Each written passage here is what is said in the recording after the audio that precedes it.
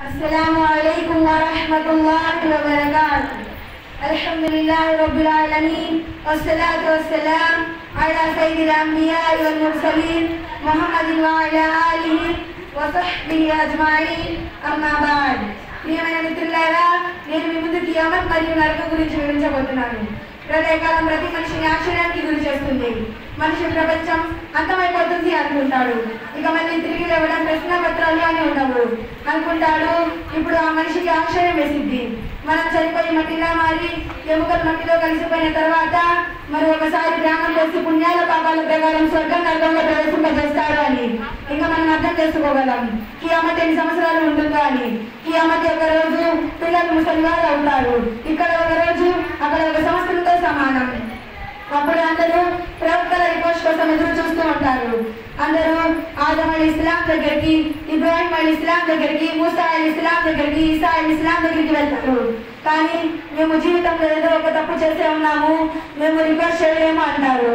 ఆఖరికి మన ప్రవక్త ముహమ్మద్ ముస్తఫా సల్లల్లాహు అలైహి వసల్లం గారు నేను రిక్వెస్ట్ చేస్తానని చెప్తారు.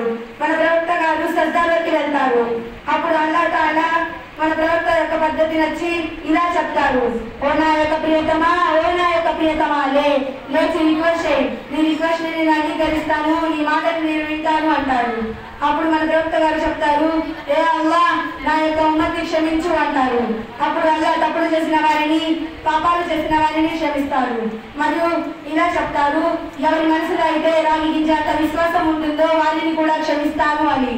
ఆఖరికి లా ఇలాహా ఇల్లల్లాహ్ చదివిన వారిని కూడా తండ్రి కొడుకుని చూసి, పిల్లలు తమ్ముడిని చూసి, భార్య భర్తను చూసి ఎవరూ భయపడరు. సూర్యుడు మండుతూ ఉంటాడు, దప్పికతో నోరు వేలాడుతూ ఉంటుంది. మన ప్రవక్త ముహమ్మద్ ముస్తఫా సల్లల్లాహు అలైహి వసల్లం గారు చెప్తున్నారు, ప్రశ్నలు వేసే వారి పరిస్థితి కియామత్లో ఎలా ఉంటుంది అంటే వారి ముఖం మీద కొద్దిగా చర్మం కూడా ఉండదు. నమాజులు వదిలేవారు తీరాలు గాలుల వెంట ఉంటారు.